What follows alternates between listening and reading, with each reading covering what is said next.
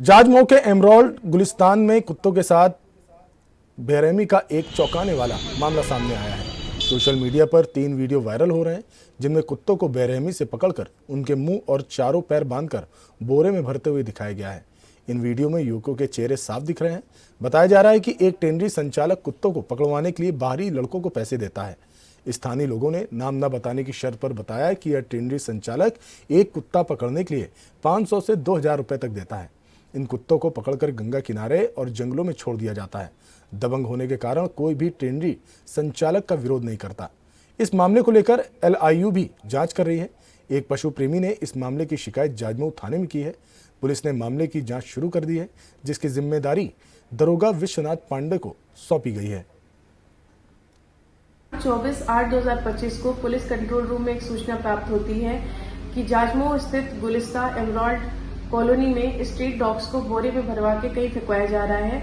सूचना प्राप्त करते ही स्थानीय पुलिस द्वारा जांच की गई एवं FIR दर्ज कर ली गई है। आगे की विधिक कार्रवाई। आजकल कानपुर में स्ट्रीट डॉग्स को लेकर एक बड़ी चर्चा हो रही है कि क्या होना चाहिए उन स्ट्रीट डॉग्स के साथ, या उनको पकड़ के ले जाना चाहिए ऐसी जगह पर जो आबादी के बाहर हो, या फिर उनकी ये एक डिबेट का विषय हो गया है। उसी पर बात करने के लिए हमारे साथ मौजूद हैं एक स्ट्रीट डॉग्स का जो लवर पॉइंट है, स्ट्रीट डॉग्स को जो केयर करते हैं, उनका एक संगठन है, नवोदय संस्था है जो एक NGO चलाती है और स्ट्रीट डॉग के लिए बहुत संवेदनशील कहते हैं।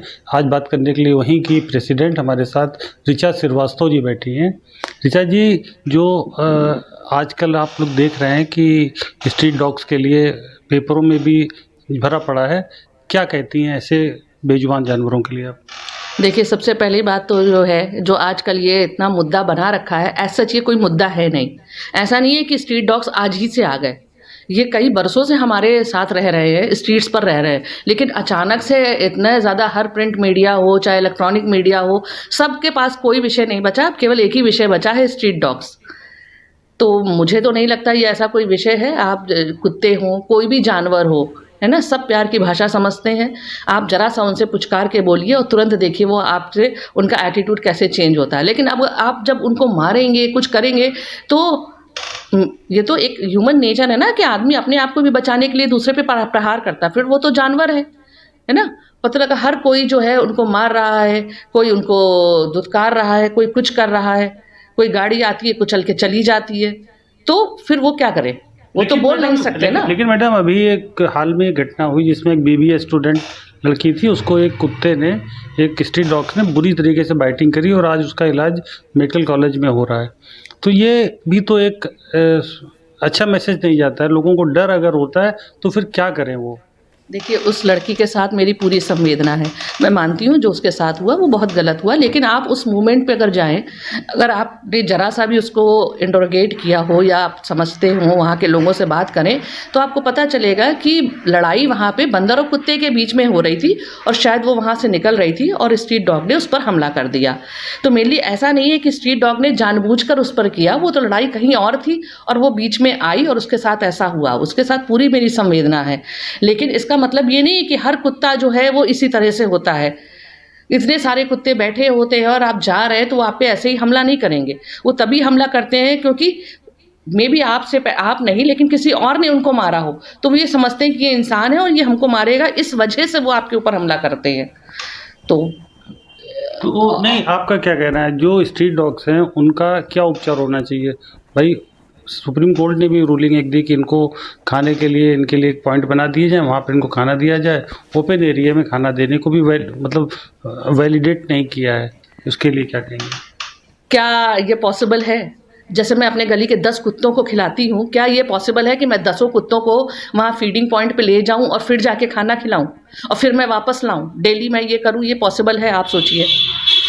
फीडिंग पॉइंट बनाने के बजाय अगर आप उनका कोई एक रहने का स्थान बना दें या स्लीपिंग पॉइंट बना दें जहां वो रहें, वहां जाके हम लोग खाना खिला दें, वो तो समझ में आता है। लेकिन आप फीडिंग पॉइंट बना दें और कहें सबको बस आप यहीं ला के खिलाइए, तो ये पॉसिबल नहीं है ना। और इसका एक उपचार सबसे अच्छा ये है कि हमारे जितने भी यहाँ पे वेटरनरी हॉस्पिटल्स हैं या हमारे ABC है और भी जो हॉस्पिटल्स हैं, उनको ज़्यादा से ज़्यादा जो है डॉग्स को वैक्सीनेट और स्टरलाइज करने पर जोर देना चाहिए, जो कि शायद उस इंटेंसिटी से नहीं हो रहा है जो होना चाहिए। इसी वजह से कुत्तों की तादाद सड़क पे बढ़ रही है, क्योंकि वो स्टरलाइज नहीं है।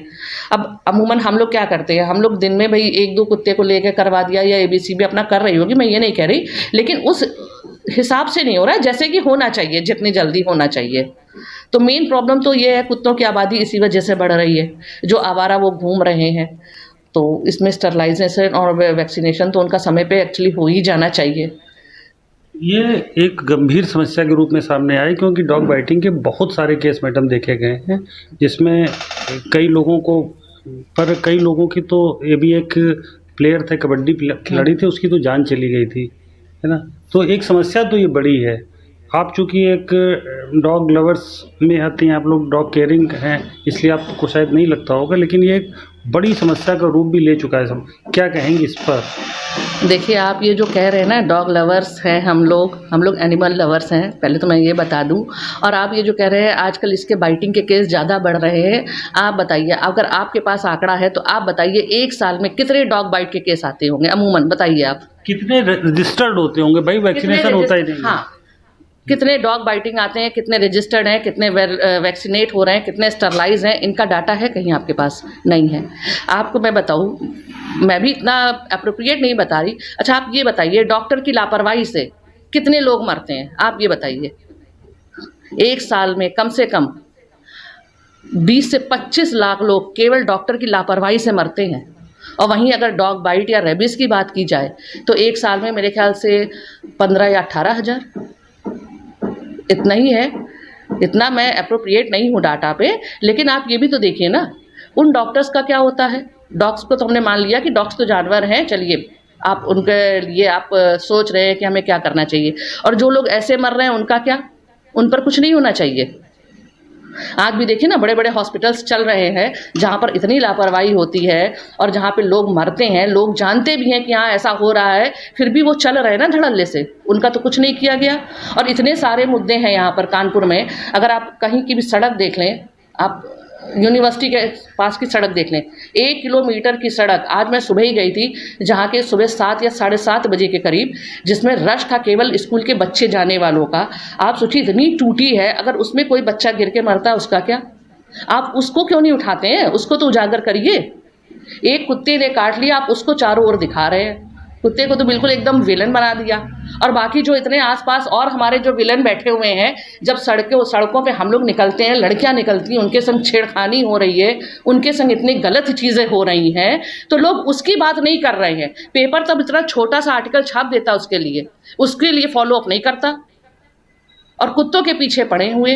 अरे वो बेजुबान है भाई, आप उनके लिए बोल रहे हैं तो आप उनके लिए भी तो बोलिए, जो लोग जानवरों जैसा, राक्षसों जैसा बिहेव हमारे लड़कियों के ऊपर कर रहे हैं। आए दिन केसेस होते हैं, लेकिन वो दबा दिए जाते हैं। ना ही वो कहीं हमको मीडिया में दिखते हैं, ना कहीं बस थोड़ा सा 1 लाइन में या 10 सेकंड का या छोटा सा आर्टिकल आता है। और आजकल तो कुत्तों का तो मेन हेडलाइन बनी हुई है। जैसा कि आपने देखा, बताया ऋचा श्रीवास्तव ने कि कुत्तों को भी एक उनका भी जीवन है, और उनके जीवन को समाप्त करने का या उनको प्रताड़ित करने का अधिकार किसी को नहीं होना चाहिए। हमें ध्यान देना चाहिए उन दरिंदों के ऊपर भी जिन्होंने महिलाओं, बेटियों का रहना मुश्किल कर दिया है। कैमरामैन हनुमंत के साथ आलोक शर्मा, न्यूज़ प्लस कानपुर।